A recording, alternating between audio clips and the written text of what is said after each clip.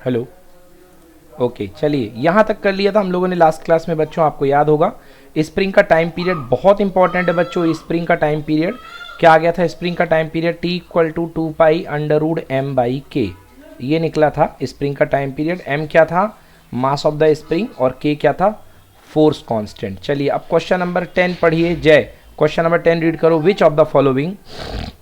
Which of the following example represent periodic motion? Hmm. A swimmer completes one return trip from one bank of a river to the other हाँ, and back. Bank of A the river, freely one bank of the अच्छा river. Bank है। हाँ वो bank कर लो, one bank of the river मतलब एक swimmer है, वो यहाँ से यहाँ जा रहा है और उसके बाद वापस आ रहा है।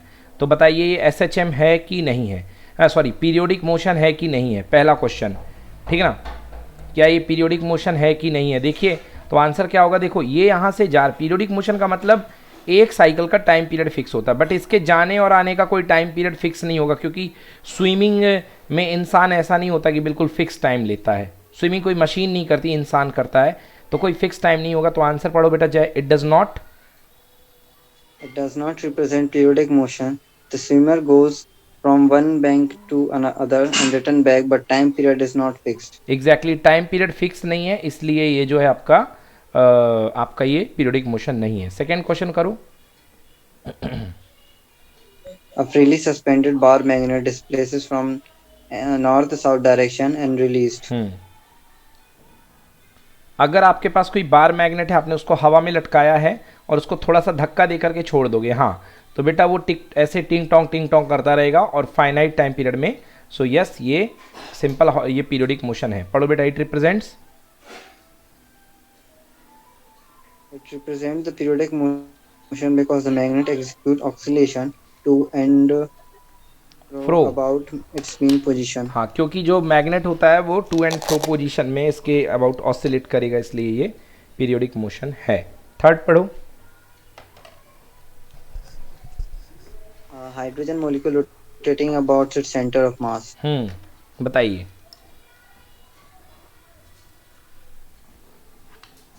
यस, तो ये पीरियोडिक मोशन है ना? हाइड्रोजन मॉलिक्यूल जो है सेंटर ऑफ मास के अबाउट अगर रोटेट करेगा तो ये पीरियोडिक मोशन है। नेक्स्ट करिए, नेक्स्ट पढ़िए।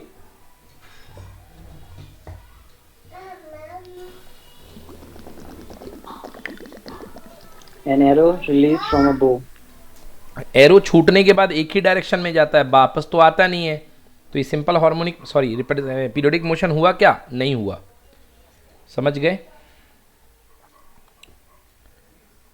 चलिए नेक्स्ट क्वेश्चन। Yes, sir. विच, पढ़ो बेटा question. Which of the following. Which of the following example represent nearly simple harmonic motion and which represent periodic but not simple harmonic motion? पहला। First, the rotation of Earth about its हाँ the बताओ rotation भाई। of Earth about its axis. जय B. बताओ क्या है Motion of ये? motion of a जय बताओ फर्स्ट क्या है ये? पीरियोडिक है या सिंपल हार्मोनिक मोशन है? अर्थ का रोटेशन पीरियोडिक है कि एस एच एम है?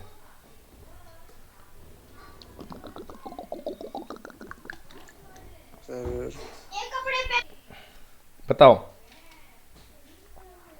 देखो अर्थ जो होती है sir, सन के SHM है। अबाउट में पीरियोडिक मोशन, पीरियोडिकली घूमती है ना? एक राउंड कंप्लीट करती है, वो थोड़ा मीन पोजीशन के अबाउट टू एंड फ्रो थोड़ा ना होती है। अर्थ मोती के जैसे थोड़ा ना होती कि यहाँ गई और यहाँ आई।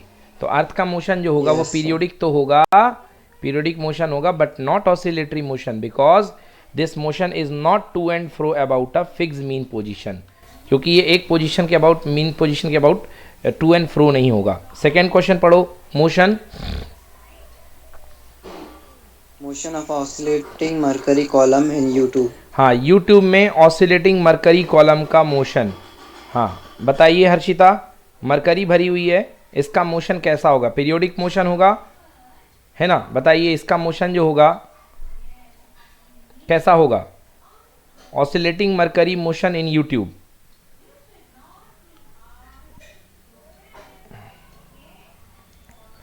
तो क्या होगा? देखो इसका answer, it represents a periodic motion, ये एक पीरियोडिक मोशन होगा। ठीक है ना? थर्ड वाला पढ़ो बेटा। Motion of A ball. Motion of a ball bearing inside a smooth curved ball when released from a point slightly above the lowermost point. हाँ, motion of a ball bearing inside a smooth curved ball when released from a point slightly above the lowermost point. Okay, from a point slightly above the lowermost point. ठीक है, देखिए ball bearing के अंदर जो होती है वो when released from a point slightly above the lowermost point.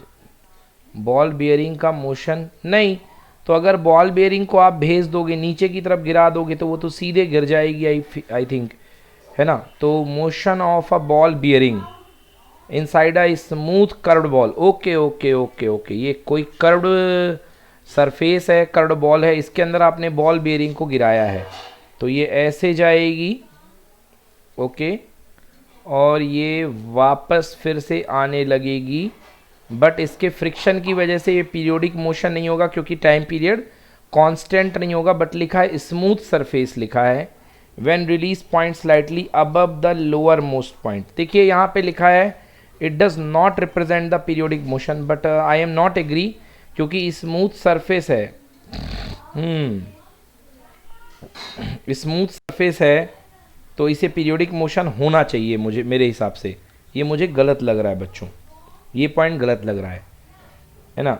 E point है ना, सॉरी सॉरी सॉरी, हाँ D point, D point general vibration of a poly atomic molecules. हाँ ये तो वो होते ही हैं, सिंपल ऑसिलेटरी मोशन होते हैं, पीरियोडिक होते हैं but not about the equilibrium position. It represent periodic motion but not oscillatory motion because the general vibrations of polyatomic molecules about the mean position is the resultant of several SHM of the different time periods. Exactly, मतलब जो आपका periodic जो molecule का motion बनता है वो कई सारे SHM का रिजल्ट होता है, it is the resultant of several SHM, तो इसलिए ये पीरियोडिक तो होगा मगर SHM नहीं होगा, ठीक है ना। Vibration of polyatomic molecules about equilibrium position, ये जो होगा ये पीरियोडिक होगा बट ये SHM नहीं होगा। चलिए अगला क्वेश्चन बच्चों, वेरी वेरी इंपॉर्टेंट, VVIMP। चलिए हर्षिता आप क्लास में हो? हाँ सर। ओके, अगला क्वेश्चन बहुत इंपॉर्टेंट है बेटा, ये आ सकता है। हाँ, prove that the motion of a simple pendulum is SHM when amplitude is small, derive an expression for the time period of simple pendulum. एक सिंपल पेंडुलम के टाइम पीरियड के लिए टाइम पीरियड सिंपल पेंडुलम का derive करिए। पढ़िए Harshita, motion of a simple pendulum. Motion of a simple pendulum. Suppose that n is the mass of the bob and L is the effective length of a simple pendulum. S is the point of suspension and O is the mean position of bob. Suppose at any instant during oscillation the bob is the position P, then displacement OP equals to Y and angle OSP equals to theta. In this position the bob, two forces act upon it. First, tension T in the thread is direction PS upward along the thread, and second, the weight of the bob mg vertically downward.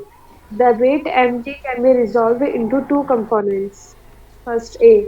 mg cos theta is the direction sp downwards along the thread, the thread. B.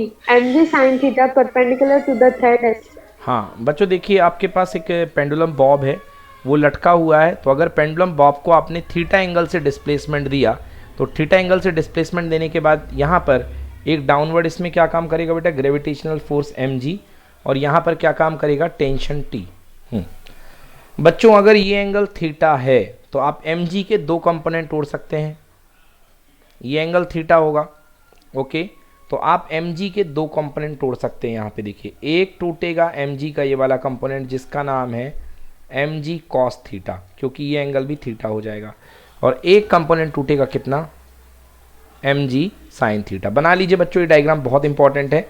तो एक component टूटेगा mg cos theta, एक component टूटेगा mg sin theta.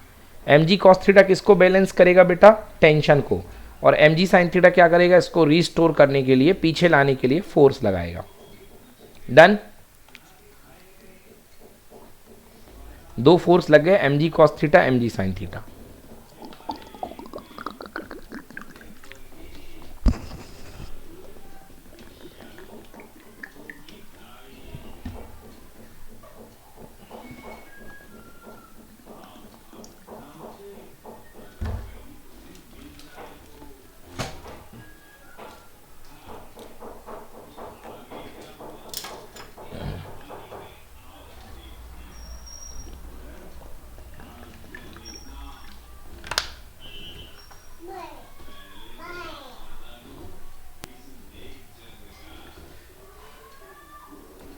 Done, लिख लिया, बना लिया बच्चों? यस बोलो।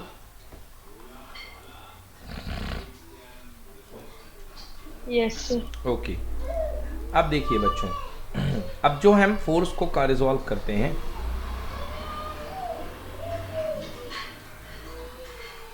पढ़िए Harshita. The component The component of mg cos theta. Mg cos theta balances the tension T in the the component mg cos The theta thread. balances, and the component mg cos theta balances the tension T in the thread, and the component mg sin theta tends to bring the bob back to the mean position. This is known as the restoring force of the bob. Okay, thus the restoring force on the bob acting is given by F equal to m minus mg sin theta. बच्चों restoring force हमेशा negative nature का होता है क्योंकि वो displacement के opposite sign में काम करता है। तो restoring force F equal to minus m g sine theta, ठीक है। Where negative sign shows that the direction of the force is opposite to the direction which displacement increases, that is towards the mean position. मतलब force की जो direction है वो backward है, इसलिए minus sign लग रहा है। तो चलो अच्छी बात है, m g F equal to minus m g sine theta. अब बच्चों ये जो हम पेंडुलम को एस एच एम परफॉर्म करते हैं वो कितना, बहुत ही कम डिग्री के लिए परफॉर्म करते हैं, मतलब थीटा लगभग 5 डिग्री के लिए। तो थीटा इक्वल टू 5 डिग्री के लिए बच्चों, बहुत ही कम डिग्री के लिए जो साइन थीटा होता है, it is nearly equivalent to theta. तो जहाँ पे माइनस एम जी है, साइन थीटा की जगह हम रख देंगे एम जी थीटा। ओके, तो कितना आ गया आपके पास, एम जी थीटा। यस, ये हमारे पास आ गया। Now m g equals to theta is equal to क्या होता है, आर्क अपॉन रेडियस। तो देखिए डायग्राम में आर्क कितना है बच्चों, थीटा बनाना है आपको। तो theta is equal to arc है अपने पास वाई, ये जो आर्क बन रहा है this is equal to y, और रेडियस कितनी है, लेंथ ऑफ द स्ट्रिंग मतलब कि एल, वाई बाई एल। तो जहाँ पे मेरे पास थीटा मैं वहाँ पे क्या रख दूंगा, वाई बाई एल। तो मेरा फोर्स कितना बन जाएगा, force equal to minus of m g multiplied y by l. Clear, बोलिए बन जाएगा, आ गया समझ में यहाँ तक? ओके, देखिए अब इसके बाद हम कंपेयर करते हैं। हम जानते हैं कि अगर ए एक्सेलेरेशन प्रोड्यूस होता है बॉग में ड्यूरिंग रिस्टोरिंग फोर्स, तो force equal to mass into acceleration, तो F equal to M A. तो एम ए इक्वल टू कितना हो जाएगा, माइनस एम जी और वाई अपॉन एल। एम से एम क्या हो गया बच्चों, कैंसिल। तो acceleration a equal to minus g y by l. Okay, तो देखिए ध्यान से, एक्सेलेरेशन किसके प्रोपोर्शनल आ रहा है, नेगेटिव ऑफ डिस्प्लेसमेंट के। ये किसकी निशानी है बच्चों, ये निशानी है सिंपल हार्मोनिक मोशन की। At a given place g is constant and for a given pendulum length L is constant, so A is proportional to minus y। इसका मतलब कि जो एक्सेलरेशन ऑफ द बॉब होगा वो डायरेक्टली प्रोपोर्शनल टू द क्या होगा, displacement. अब for a small amplitude motion of time pendulum of a simple harmonic motion, तो टाइम पीरियड, बेटा टाइम पीरियड का फॉर्मूला क्या होता है, t is equal to 2 pi under root displacement upon acceleration, ये हुआ करता है। तो t is equal to 2 pi, displacement कितना है बेटा इसका, y, और एक्सेलरेशन कितना निकला है बेटा, देखो यहाँ पे minus g upon L Y, minus g upon L Y. ए की जगह माइनस हटा दो बच्चों क्योंकि माइनस नेचर को बताता है, minus g upon l multiplied by y. तो y से y कैंसिल हो जाएगा बच्चों, अपने पास आ जाएगा t equal to 2 under root l by g. Very important, this is the formula for the period, time period of the simple pendulum. बताओ बच्चों कोई दिक्कत, एक बार यहाँ से देखो मेन चीज कहाँ पे थे हम लोग, यहाँ पे लिखो बच्चों कॉपी में, f equal to minus m g sine theta, theta को इक्वल कर दो, छोटा कर दो, तो एम जी थीटा बन जाएगा, minus m g theta.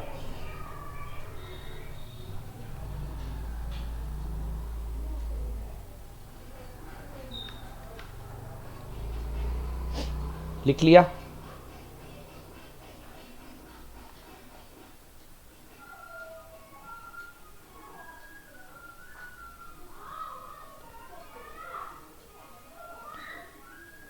Theta की वैल्यू रख दो वाई बाई एल, कंपेयर कर दो एक्सेलेरेशन से, minus g upon L Y आ जाएगा, और फिर ए की वैल्यू रख दो इस फॉर्मूले में। ये नोट सभी में भेज दूंगा, आज के आज आप लोग ये होमवर्क करेंगे प्लीज़। चलो क्लियर से एवरीवन, क्लियर कि not clear? Yes sir. Okay, चलिए अगला क्वेश्चन भी बहुत इंपॉर्टेंट है, बहुत काम का क्वेश्चन है बच्चों। अगला क्वेश्चन है derive the expression for the kinetic energy potential energy of a particle executing SHM and also prove that total energy of the particle remains constant. तो बच्चों आपको इसमें क्या करना है, एक एसएचएम करते हुए पार्टिकल की काइनेटिक एनर्जी निकालनी है और आप इसकी पोटेंशियल एनर्जी निकालनी है। तो kinetic energy of the particle, we know that the velocity of the particle executing, velocity का फॉर्मूला क्या बताया बच्चों, प्लीज़ याद कर लो, वेलोसिटी पर न्यूमेरिकल आ सकता है। वेलोसिटी का फॉर्मूला होता है v equal to omega √a² minus y²। ये होता है वेलोसिटी का फॉर्मूला। सर क्यों निकाल रहे हो वेलोसिटी, क्योंकि बेटा हम काइनेटिक एनर्जी निकालने वाले हैं हाफ mv²। तो इससे हमारी काइनेटिक एनर्जी आ जाएगी v की वैल्यू पुट करने पर, ठीक है ना। चलिए मैं v की वैल्यू पुट करके निकाल लेता हूँ kinetic energy. v equal to कितना, omega √a² minus y²। v का value omega √a² minus y²। अब इस v की वैल्यू पुट करिए, यस ये देखिए तो काइनेटिक एनर्जी आ गई हमारे पास, kinetic energy equal to half mv²। तो half m omega a² minus y² का होल स्क्वायर, बच्चों स्क्वायर फोड़ दिया, m omega square a² minus y²। Done done.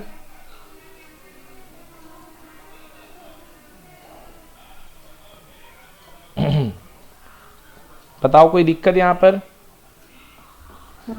चलो अब इसके बाद करते हैं बात बच्चों पोटेंशियल एनर्जी की। तो नाउ एक्सेलरेशन क्या होता है बच्चों, एसएचएम का minus omega y. Newton's law से जो फोर्स इक्वल टू होता है मास इंटू एक्सेलरेशन, तो m इंटू ए तो कितना हो गया F equal to m omega y. हमको क्या निकालना है, energy, potential energy. Now initially the displacement was 0, so the force was 0। The force will be gradually increases, hence the displacement increases to y. So mean force जो लगेगा, शुरुआत का force 0 था, final force f था, तो mean force कितना होगा 0 plus f/2। तो f/2 मतलब 1/2 ऑफ f। f की वैल्यू कितनी निकली है बच्चों, mass into acceleration minus m omega y. तो 1/2 और अगर नेचर हटा करके रख दो, माइनस साइन हटा करके, तो 1/2 m ओमेगा² वाई। ये आ गया अपने पास m omega y. Now work done equal to mean force into displacement, तो energy 1/2 m omega y into y, तो energy equal to 1/2 m omega वाई²।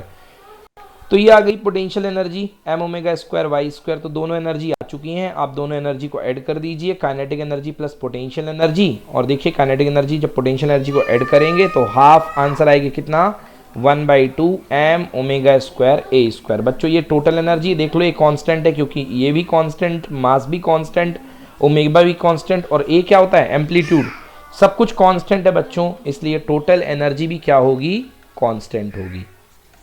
कहो आया समझ में कि नहीं आया। देखो आराम से बच्चों, कोई भी लाइन में दिक्कत हो तो पूछो मुझसे।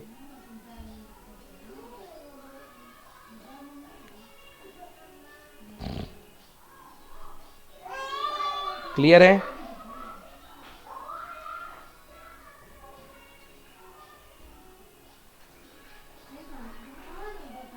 जी सर।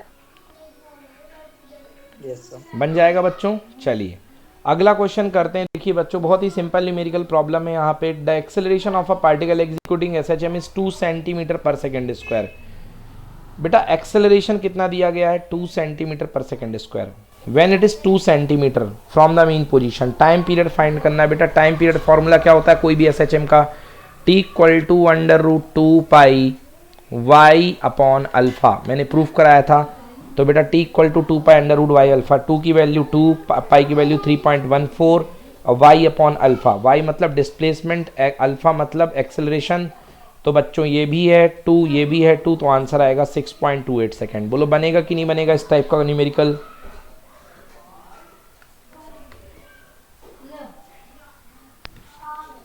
बोलो बनेगा कि नहीं बनेगा। बन जाएगा। हाँ जी, अभी एक भेज दूंगा मैं आपको PDF, सॉल्व कर लीजिएगा प्लीज़। तो ये हो गया।